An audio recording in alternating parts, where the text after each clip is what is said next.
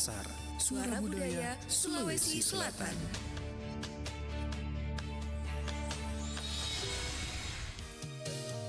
Do cacak indi melak daki koji agam nyu sampiangi 100 juta nilo anggota.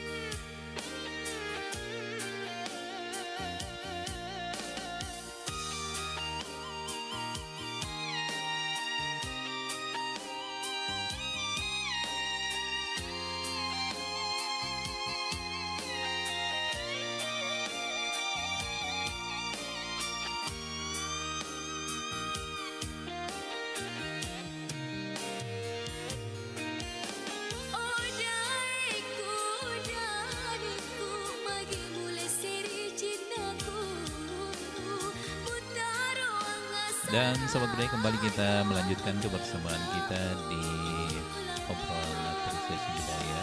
Dan tentunya kita bersama di acara Akbar ya, atau masalah kesehatan. Nah, pada malam hari ini kita akan membahas bagaimana menjaga waras di tengah fluktuasi rupiah.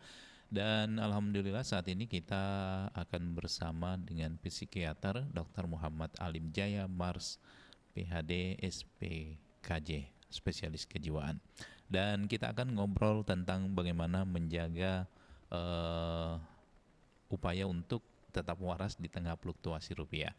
Alhamdulillah di kesempatan malam hari ini kita sudah tersambut dengan Dr. Muhammad Alim Jaya Mars, PhD, spesialis kejiwaan. Assalamualaikum, Dok.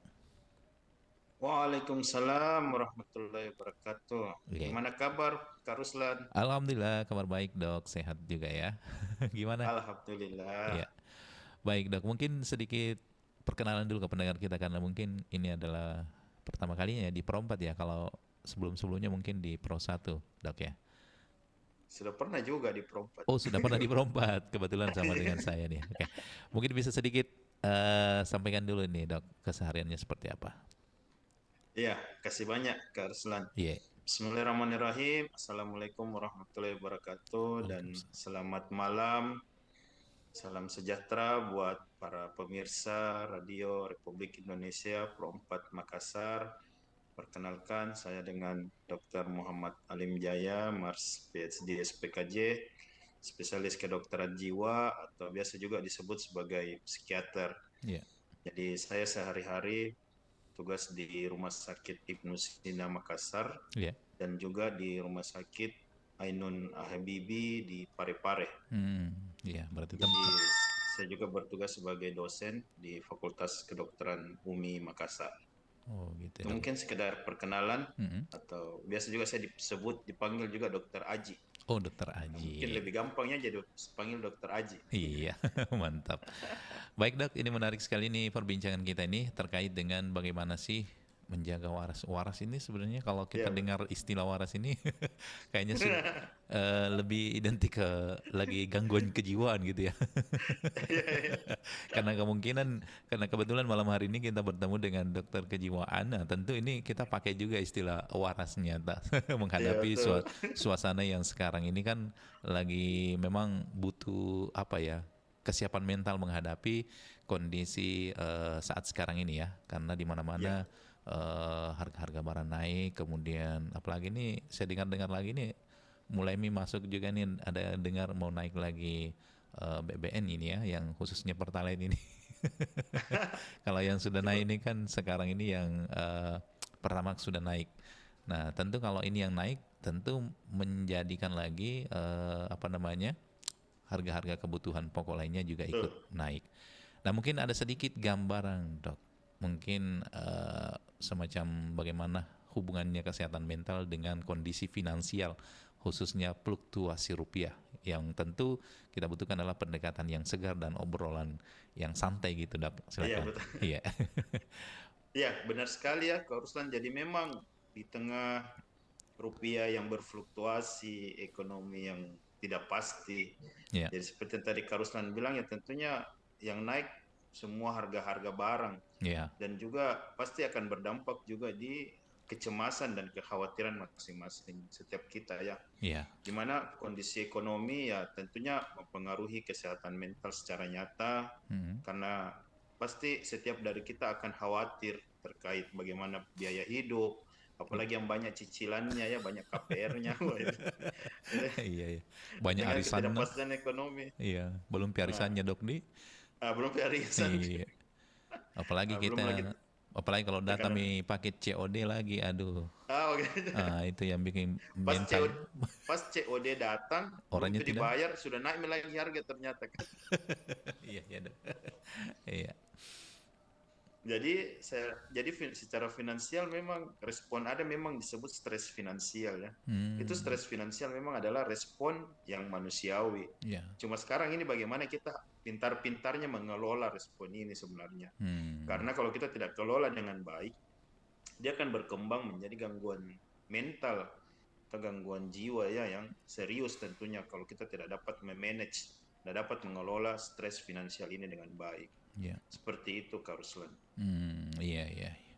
Tapi kalau melihat saat sekarang ini, Dok ya, mungkin mulai memang secara psikologis banyak sih ibu-ibu ataupun bapak-bapak yang tentunya mengalami misalnya kendala finansial begitu. Begitu ada berita tentang ekonomi istilahnya berkaitan dengan rupiah melemah, kemudian harga-harga naik, tentu ada kecemasan yang juga biasanya dirasakan ya, akhirnya bisa berdampak ke psikologinya nih, Dok. Nah, sejauh ini, Ya, Dok, yang pasien-pasien kita tangani ada nggak yang seperti itu berkaitan dengan finansial akhirnya naik gangguan psikologisnya gitu? iya, betul. Hmm. Jadi memang banyak beberapa pasien yang saya sementara tangani ini akibat masalah finansial memang. Hmm. Karena kalau kita mau kaitkan bagaimana kondisi ekonomi itu bisa mengganggu faktor kesehatan mental kita. Ya. Jadi ada 3 hal sebenarnya di sini yang Ya. paling sering menyebabkan Hmm. pas orang mengalami gangguan mental akibat ekonomi. Ya. Yang pertama itu adalah faktor ketidakpastian. Hmm. Jadi di mana ketika adanya ketidakpastian harga dan sebagainya, Ya. ketidakpastian ekonomi, rupiah dan sebagainya, Hmm. maka ini otak akan secara otomatis dia akan masuk mode ancaman, mode warning begitu. Iya, iya. Mode defense ya, mode defense, bertahan. Ya. Jadi akibatnya orang menjadi sering overthinking yang berlebihan, dan dia akan overthinking terhadap sesuatu hal-hal yang negatif yang akan terjadi masa depan dia akan memandang bahwa hal negatif yang akan terjadi di masa depan, overthinkingnya ya. Akibatnya akan menjadi mudah marah, sensitif, tidak fokus, tidak konsentrasi, dan bahkan sampai mengganggu tidurnya. Karena dia orang semua sudah tidur, dia masih berisik di kepalanya, masih berpikir bagaimana besok, bagaimana 2 hari ke depan, bagaimana 1 minggu ke depan, bagaimana 1 tahun ke depan. Jadi itu adanya ketidakpastian. Faktor yang kedua itu loss control. Jadi banyak orang yang selalu merasa bahwa saya sudah bekerja dengan berat, di bawah tekanan, tapi keadaan ekonomi begini-begini saja, begitu, tidak berubah. Saya bekerja sudah 3 tahun, sudah 5 tahun, bahkan sudah puluhan tahun, tapi tidak ada yang berubah dari situasi ekonomiku, begitu. Tidak ada yang berubah. Jadinya oleh karena dia merasa tidak ada yang berubah dari situasi ekonomiku, gajiku masih begitu, yang ada cuma begini, tinggal masih di rumah kontrakan misalnya, padahal saya sudah kerja puluhan tahun misalnya. Akhirnya apa? Ya akhirnya jadi hopeless, tidak ada, putus asa, bosan, karena dia merasa ini hidup monoton misalnya. Bahkan yang paling parah ya sampai ke depresi, hilang semangat untuk bekerja. Terus yang paling penting lagi yang ketiga ini, yang ketiga ini Kak Ruslan, dengan adanya media sosial yang sekarang ya, kita lihat media sosial kan sekarang sangat berkembang. Ini kan ada... Dulu itu kita cuma tahu Friendster, kita cuma tahu mungkin Facebook atau apa, sekarang Masya Allah. Dan satu orang itu, mungkin Kak Ruslan sendiri mungkin punya 3, 4, atau 5 sampai media sosial. Dan itu ada penyakit FOMO ya, yang dikhawatirkan juga ya, sering mengancam ini. Ini ada kaitannya dengan FOMO. Jadi banyak orang, dia juga mengalami gangguan mental akibat ekonomi ini, karena dia comparison, social comparison, dia membandingkan dirinya dengan orang lain. Jadi banyak itu dia lihat dari media sosial, ini orang suksesnya, hari ini ada di sini, hari ini ada di, besok ada di Singapura, besok ada di Malaysia, liburan terus, kayak tidak ada susahnya. Akhirnya dia selalu beli, jalan-jalan ke mall, selalu beli barang branded, lifestyle-nya tetap terjaga walaupun di tengah ekonomi yang susah misalnya. Padahal itu kan sebenarnya bisa saja itu sebenarnya kebahagiaan palsu. Atau kita lihat, wajahnya kinclong, habis dari treatment yang mahal misalnya. Ya, padahal bisa saja sebenarnya itu mungkin foto lama, atau bisa saja itu filter kan. Jadi kelihatan kayak kinclong. Padahal sebenarnya filter. Dan kita tidak tahu, sebenarnya itu bisa saja itu kebahagiaan palsu. Dia sebenarnya juga dalam mode berjuang sebenarnya kesusahan ekonomi, hanya karena dia tidak mau kasih lihat ke orang bahwa dia susah, dia pamer lah. Sekarang kan ada AI, bisa dirubah-rubah semua, bisa diperbaiki, bisa diedit semua. Atau foto-foto lama yang dia upload misalnya, dia cicil-cicil upload kan. Nah, ini yang juga yang bahaya, yang banyak juga orang mengalami masalah mental oleh karena dia sering membandingkan keadaannya dengan keadaan orang lain. Padahal kan secara hakiki ya, begini Kak, orang yang lahir saja dalam rahim yang sama, adik kakak dari orang tua yang sama, bisa jalan hidupnya berbeda-beda. Apalagi kita yang lahir dari orang tua yang berbeda. Kita saja bersaudara, adik kakak, bahkan saudara kembar sekalipun bisa punya jalan hidup yang berbeda. Ya, jadi ini penting sekali nih. Jadi ada 3 hal ini yang penting ya. Jadi yang pertama itu masalah ketidakpastian. Yang kedua itu loss of control. Dia tidak bisa kontrol dirinya. Dia capek. Dan yang ketiga ini adalah sering membandingkan dirinya dengan orang lain. Kalau kata Farel itu kan ojo dibanding-banding ke. Iya betul. Oke, Dok, ini kalau masalah kelompok masyarakat yang paling rentan sebenarnya terkena dampak guncangan mental akibat fluktuasi rupiah ini seperti apa nih, Dok? Ya, jadi tentunya banyak kelompok.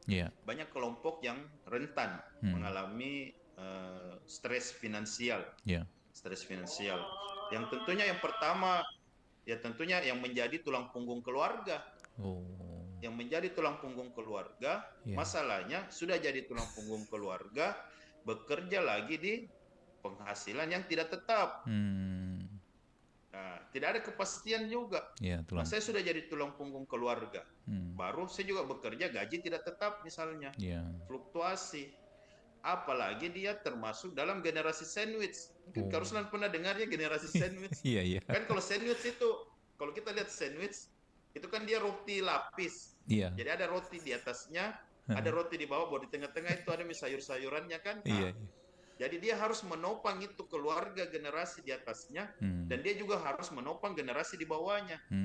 Jadi dia membantu orang tuanya, kakeknya, neneknya, dan dia juga harus membantu adik-adiknya. Itu dibilang generasi sandwich. Iya. Jadi dia sudah bekerja dengan gaji yang tidak pasti, tidak ada kepastian. Baru. Dia generasi sandwich lagi, bukan cuma dia yang dia biayai dirinya. Iya, Dia banyak harus tanggungan. biayai orang tuanya, harus juga dibiayai adiknya, harus dibiayai keluarganya. Jadi ini yang paling rentan sebenarnya. Paling rentan ini yang mengalami stres finansial. Dia adalah tulang punggung keluarga, dia tidak pasti, dan dia juga adalah generasi sandwich. Nah, apalagi kalau misal dia mahasiswa misalnya. Iya. Dia mahasiswa di rantauan, dan ternyata juga orang tuanya juga di daerah misalnya atau di kampung lagi bermasalah ekonomi. Ya ini pasti anak juga akan mengalami stres finansial. Bukan cuma anak yang mengalami, orang tua juga. Karena orang tua menganggap dirinya gagal untuk membantu biaya sekolah dari anaknya. Seperti itu Kak Ruslannya. Jadi ada beberapa hal memang, ada beberapa kelompok yang sangat rentan mengalami stres finansial. Itu tadi beberapanya. Jadi adanya generasi sandwich, adanya yang tulang punggung keluarga, dan dia bekerja di ketidakpastian. Sudah bekerja tidak pasti, generasi sandwich lagi, tulang punggung keluarga lagi. Iya. Ya? Betul ya. Nah, kalau misalnya dari segi praktisnya finansial atau biar tidak panik nih ketika ada semacam fluktuasi. Nah, biar hati tenang dan waras itu Dok ya. Kira-kira apa yang harus kita amankan dulu atau evaluasi apa yang harus kita rencanakan untuk rupiah ini yang berfluktuasi? Betul.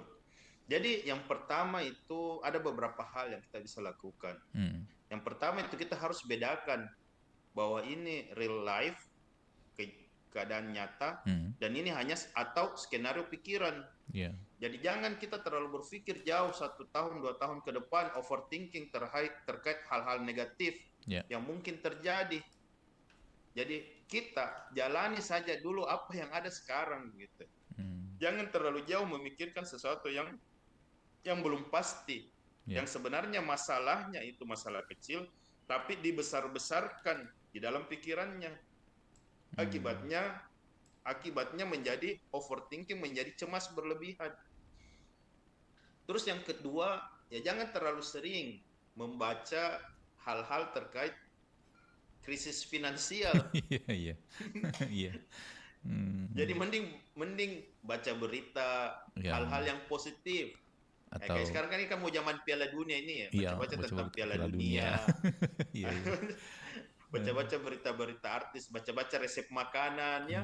Jangan setiap 10 menit, setiap detik cek lagi berapa lagi harga rupiah. Atau banyak mengaji. Apa krisis? Mengaji Al-Qur'an ya. Ya, mengaji, pelajari, pahami, maknai ya. Jangan sedikit-sedikit baca berita, perang lagi orang ini, pasti naik lagi ini. Pasti naik lagi ini, pasti naik lagi ini. Kalau naik ini, naik pasti berpengaruh. Kalau naik pasti naik bensin ini, pasti naik bahan bakar. Naik bahan bakar pasti naik lagi ini. Akhirnya tidak ada selesainya. Jadi menghindari berita ekonomi yang tentunya untuk kesehatan mental kita ya Dok ya. Betul. Jadi tadinya sudah overthinking nih dengan aduh ini susah ekonomi nih ke depan ini bagaimana caranya. Banyak ada lagi cicilanku. Tiba-tiba ada baca lagi berita. Perangi lagi Iran sama Amerika. Pasti naik lagi bensin ini. Naik bensin pasti naik lagi transportasi. Pasti naik lagi ini. Aduh bagaimana cara aku hidup ini. Jadinya tambahan. Tambah banyak beban pikirannya. Iya. Oke. Baik Dok, sebentar kita lanjut, kita dengarkan dulu pesan berikut ini ya Dok ya. Sebentar kita lanjut. Baik. Anak muda zaman sekarang itu ya dikit-dikit mental health, dikit-dikit mental health yang lemah banget, ditegur dikit nangis, terganggu mentalnya, pergi ke psikolog, ke psikiater.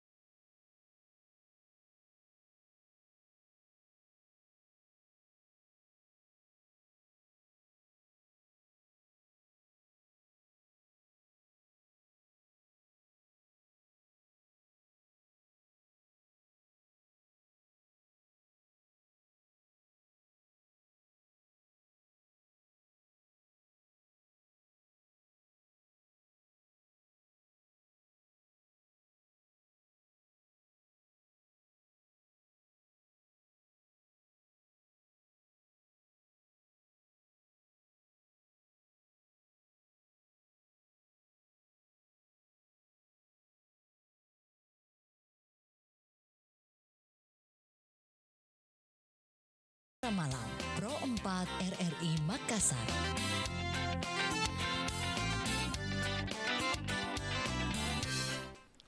Baik dok, kita lanjut lagi. Ada beberapa pesan tadi terkait dengan kesehatan mental. Dan tentu juga kadang orang berpikir ketika mengalami kesehatan mental itu biasanya ada perasaan malu juga datang ke psikiater termasuk ke dokter ya dok ya. Stigma. Iya, stigma. Stigma negatif Iya. terkait kesehatan jiwa. Nah mungkin ada sedikit pencerahan ini dok, supaya masyarakat itu ketika ada masalah-masalah mental itu tidak, dia harus butuh cari orang ahli dalam hal menangani penyakit ini ya.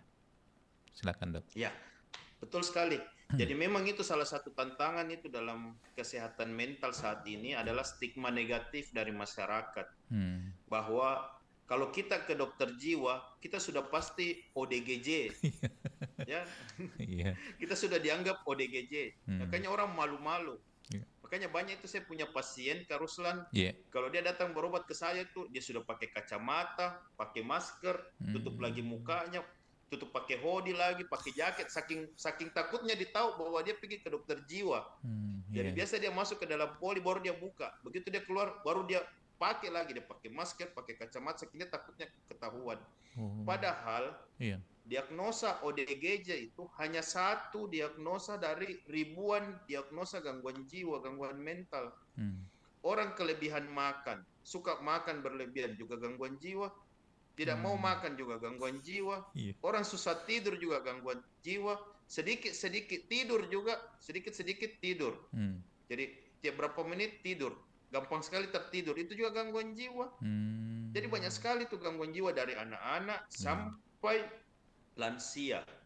Dari anak-anak mungkin kasus-kasus anak-anak hiperaktif misalnya, Iya. anak-anak autis misalnya, anak-anak ADHD, gangguan fokus, gangguan konsentrasi, itu semua itu masuk dalam gangguan mental, gangguan jiwa. Terus pada lansia yang contohnya yang demensia atau kasus orang biasa sebut sebagai kasus pikun, orang pikun, itu semua masuk dalam gangguan jiwa semua. Terus di generasi-generasi dewasa muda, ada kasus bipolar misalnya, kasus cemas, depresi, trauma. Jadi luas sekali itu gangguan jiwa, bukan cuma ODGJ saja. Cuma memang stigma negatif yang berkembang bahwa orang yang ke dokter jiwa itu adalah ODGJ. Padahal tidak semua orang ke dokter jiwa itu adalah ODGJ. Dari saya setiap hari tangani pasien itu puluhan pasien, 20 sampai 30 pasien. Itu hanya tidak sampai 1% itu ODGJ. Sisanya itu cemas, gangguan tidur, depresi, selalu menangis, menarik diri. Seperti itu. Iya. Baik dok, kita kaitkan lagi kembali dengan masalah ekonomi ya, terkait dengan tadi terkadang memang ketika ada gangguan finansial juga sering biasa, apalagi pasangan suami istri itu biasanya kan mengkomunikasikan kondisi keuangan yang mungkin yang sedang ketat kepada pasangan atau keluarga tanpa memicu pertengkaran, itu gimana dok? Iya. Jadi memang ada beberapa dampak dari stres finansial ya. Salah satunya itu yang paling banyak saya dapat kasus itu dalam praktek sehari-hari itu adalah konflik rumah tangga. Karena ketika dia mengalami stres finansial, dia akan menjadi lebih sensitif. Jadi biasanya itu mungkin hanya karena istri tidak tanya mau makan apa, langsung marah. Jadi hanya hal sepele sebenarnya ya. Hanya hal sepele, jadi langsung marah. Akibat karena dia istrinya selalu dimarahi, hal sepele dimarahi, sedikit dimarahi. Akhirnya istri terpancing juga emosinya kan. Akhirnya bertengkar. Dan masalahnya di sini kalau suami istri bertengkar, yang jadi korban anak. Pasti anak jadi korban. Banyak orang beranggapan bahwa stres anak itu ketika kita kekerasan fisik ke anak. Oh tidak.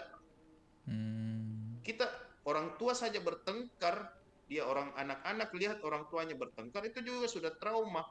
Atau apalagi kalau dilihat orang tuanya bertengkar sampai memukulnya, sampai memukul, sampai menangis orang tuanya, menangis ibunya, itu trauma yang besar itu.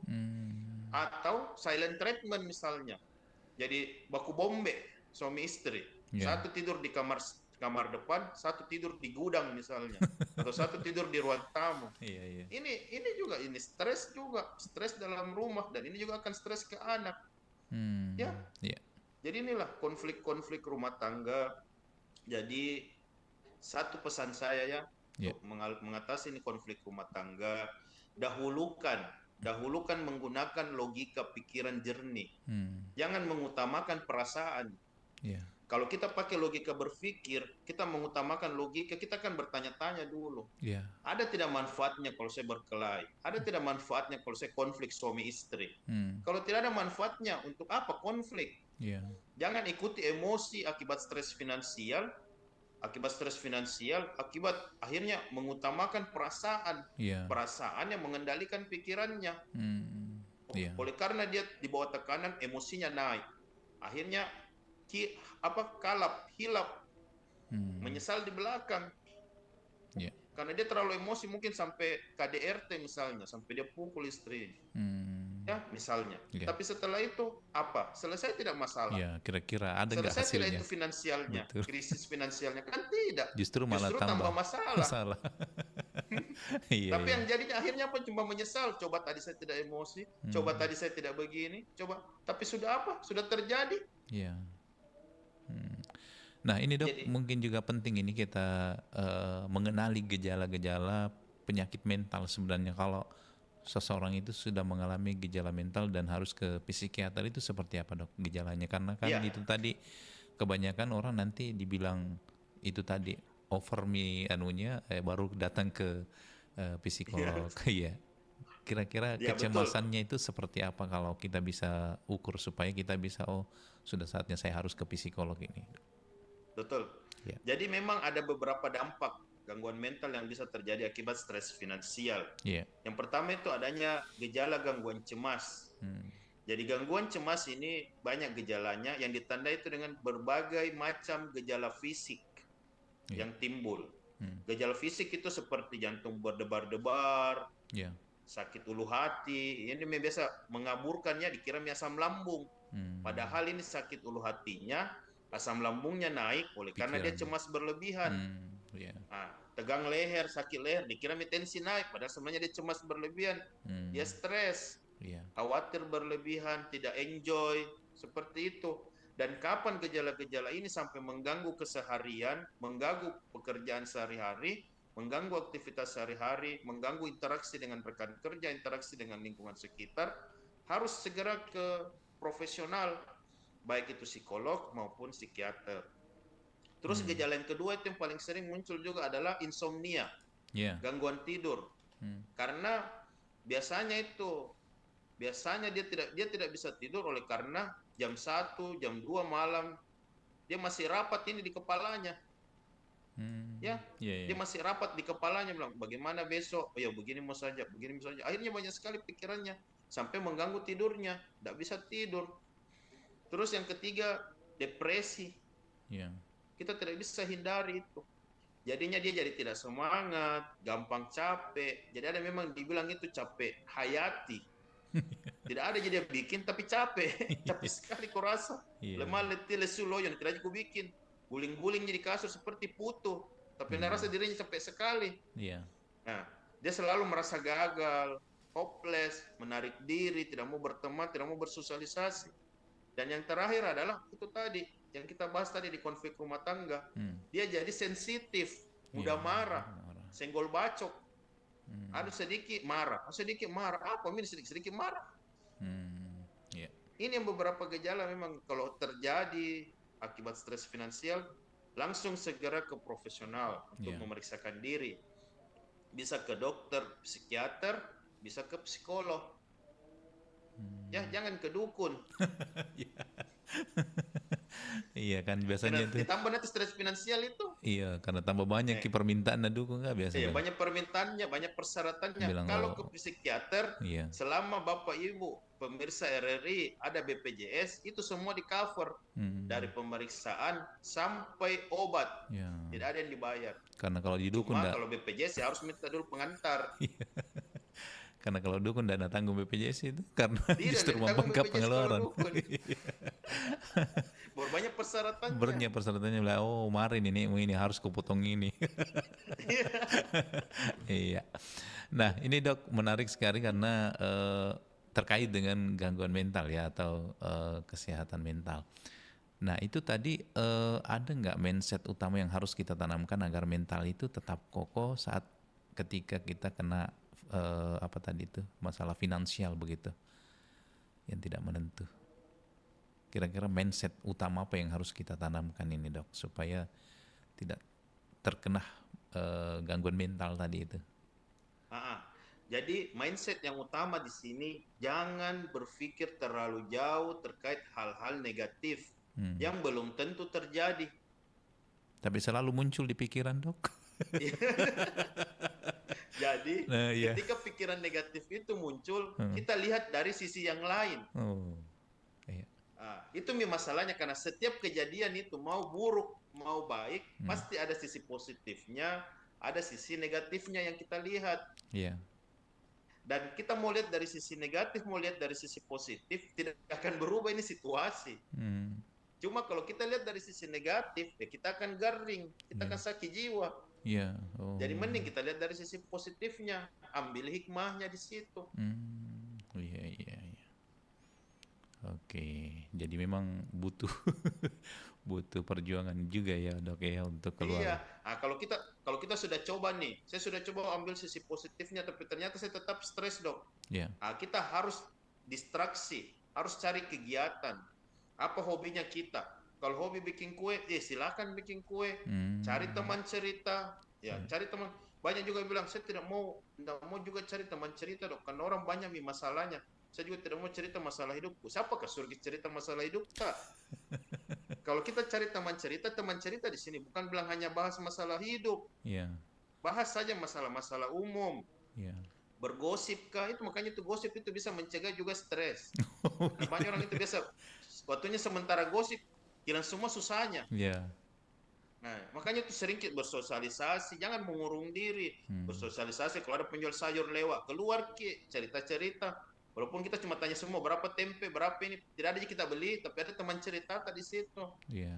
Bergaul, berteman, cari kesibukan. Kalau kita suka bikin kue, suka olahraga, silakan pergi olahraga.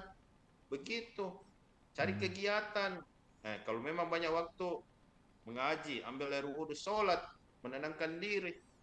Seperti itu, jangan tambah menyendiri, mengurung diri, menyurung diri di kamar, itu tambah cemas pasti, tambah depresi pasti. Atau misalnya pergi di klub-klub gitu ya, biasa minum minuman keras, justru itu tidak menyelesaikan masalah, menambah masalah. Tidak, gitu. malah tambah masalah. Kayak ada saya pernah beberapa pasien itu dia pelariannya seperti itu. Iya Dok. Dia sampai minum alkohol, dia bilang kalau dia sudah minum alkohol, tenang pikiran.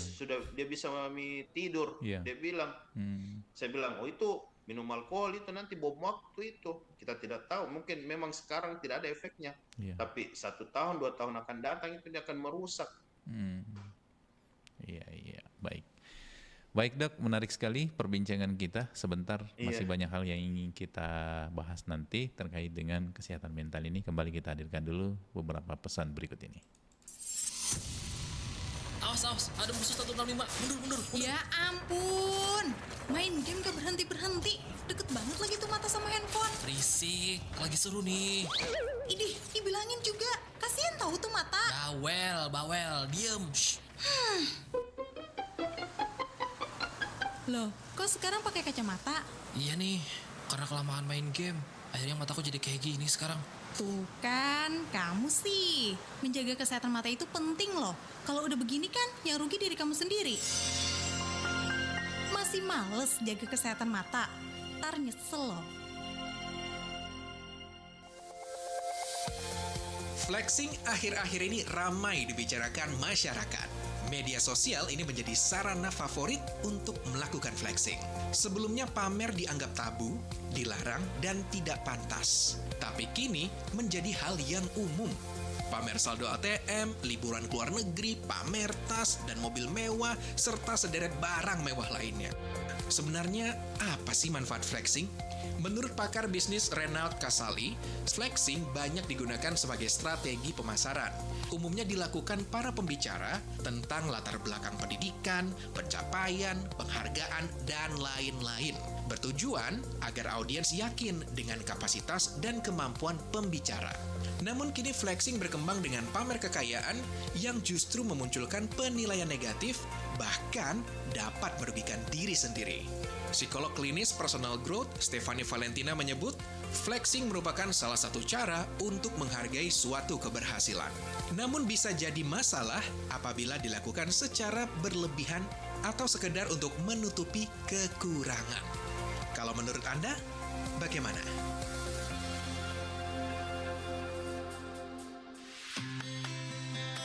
Apa nih fungsi bubble wrap yang kamu tahu? Biasanya, bubble wrap digunakan untuk melindungi barang yang mudah pecah. Selain itu, bubble wrap juga bisa dimainkan dengan menekannya kan? Tahu nggak sih, awalnya plastik pembungkus ini diciptakan sebagai stiker dinding atau wallpaper loh. Produk bubble wrap ini dibuat oleh Alfred Fielding dan Mark Cavendish yang belum berhasil membuat stiker dinding yang bertekstur. Saat melakukan percobaan di tahun 1957, mesin pembuat stiker dinding plastik mereka justru mengeluarkan selembar plastik yang terisi gelembung-gelembung udara. Karena tujuannya tidak tercapai, Alfred dan rekannya mencari kelebihan dari plastik gelembung tersebut.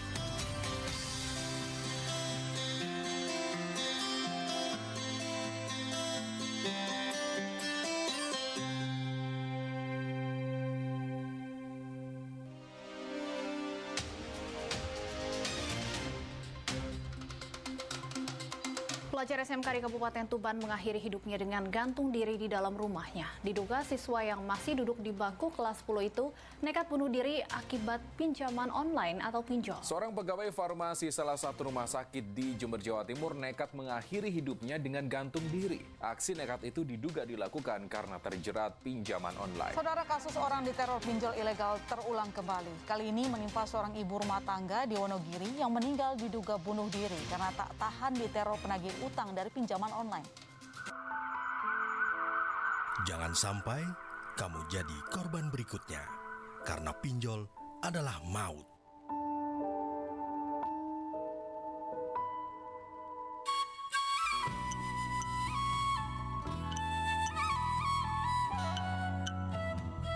Anda masih mendengarkan Nusantara Malam, Pro 4 RRI Makassar. Baik, sahabat budaya, masih bersama di Nusantara Malam Pro 4 RRI Makassar malam hari ini ya. Kita masih bersama dengan psikolog ya dok ya, Dr. Muhammad Alim Jaya M. Mars ya, PhD, spesialis kejiwaan, psikiater ya. Iya. Apa bedanya itu dok, psikiater dengan psikolog? Iya, jadi kalau psikiater itu dokter. Dokter ya. Jadi kita dokter dulu, baru ambil spesialis kedokteran jiwa. Oh, atau psikiater. Kalau Kalau psikolog bukan dokter. Ya. Makanya kalau ke psikolog itu tidak dikasih obat. Oh. Kalau mau dapat obat itu harus ke psikiater. Oh iya iya, dia cuma mempelajari teorinya kejiwaan ya dok ya? Iya betul, betul sekali. Hanya mempelajari teorinya kejiwaan, tapi bukan dari segi medisnya. Tapi kalau selama ini, kalau dokter sendiri bagaimana dok? Selama ini menangani pasien dulu sebenarnya mengobati yang orang mengalami gangguan kejiwaan itu memang seperti apa penanganannya kalau dari sisi psikiaternya nih dok? Iya, jadi memang itu untuk menangani kesehatan jiwa itu banyak tantangannya ya. Iya. Banyak tantangannya karena banyak itu gangguan mental, gangguan jiwa itu disebabkan oleh masalah-masalah yang terkait masalah pribadi. Iya. Banyak terkait yang masalah pribadi. Jadi biasanya itu banyak pasien yang datang berobat, dia tidak mau cerita. Dia tidak mau cerita masalah hidupnya. Iya. Karena dia menganggap itu kan aib ya, itu tabu bagi saya untuk cerita. Iya. Tapi prinsip dalam penanganan gangguan jiwa itu kita tidak bisa hanya mengandalkan obat.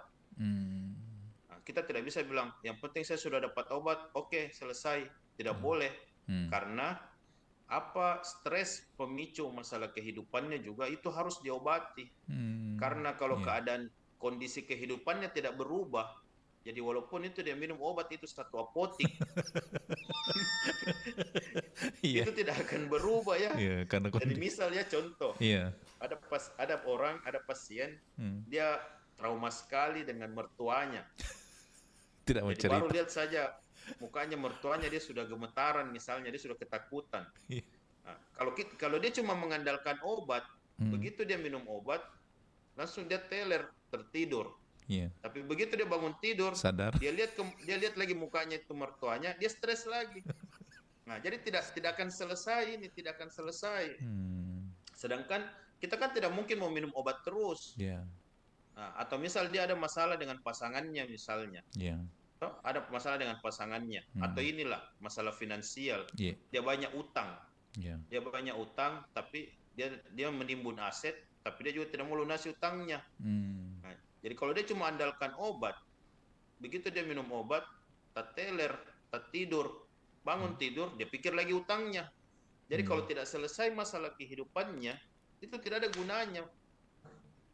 Begitu. Makanya itu kalau dalam penanganan jiwa itu kita secara holistik, komprehensif, kita harus tahu juga masalahnya. Beda kalau misal pasiennya datang dengan keluhan batuk-batuk atau demam, itu tidak pusing itu dengan masalah rumah tangganya, masalah keluarganya.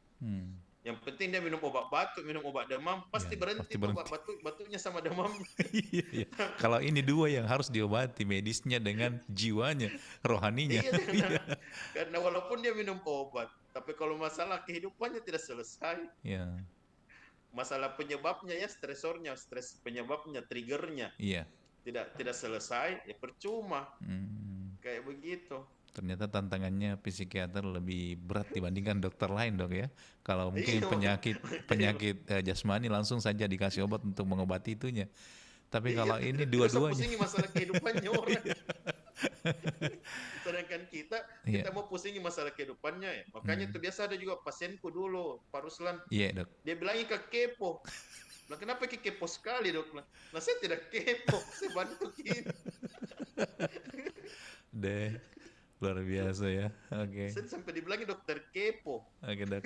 Kayaknya ada yang mau bergabung dulu nih, Dok. Saya terima dulu. Kayaknya dia tertarik dengan obrolan kita nih. Oke. Assalamualaikum. Waalaikumsalam. Assalamualaikum Pak Dokter. Saya tertarik sekali dengan topik kita sambil ya mungkin termasuk ini menerapi diri saya. Jadi tadi ketika seseorang konsul dengan dokter psikiater, tentu adanya keinginan sendiri dari yang bersangkutan untuk merubah polanya. Kira begitu.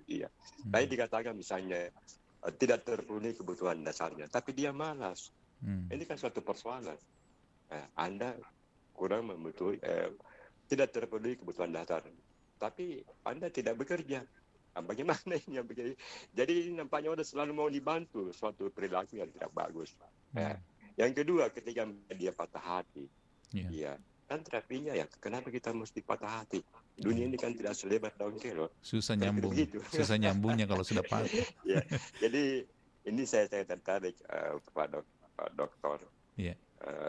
Saya juga mengalami tantangan hidup, tapi mudah-mudahan juga tidak terkontaminasi dengan namanya sakit mental. Karena saya kira kegiatan, kesana kemari, nyanyi, bergaul, diskusi, dan seterusnya. Sehingga pikiran-pikiran yang mengganggu saya mungkin bisa saya buang. Dan satu hal bahwa tentunya sebagai orang Islam, kita harus berzikir dan bersyukur. Saya kira demikian untuk sekedar merenungkan acara kita. Wassalamualaikum warahmatullahi wabarakatuh. Waalaikumsalam. Ya, langsung Dok ditanggapi terkait dengan ini dari pendengar kita ini. Jadi memang pendengar kita itu setiap minggu di sini datang ini, Dok.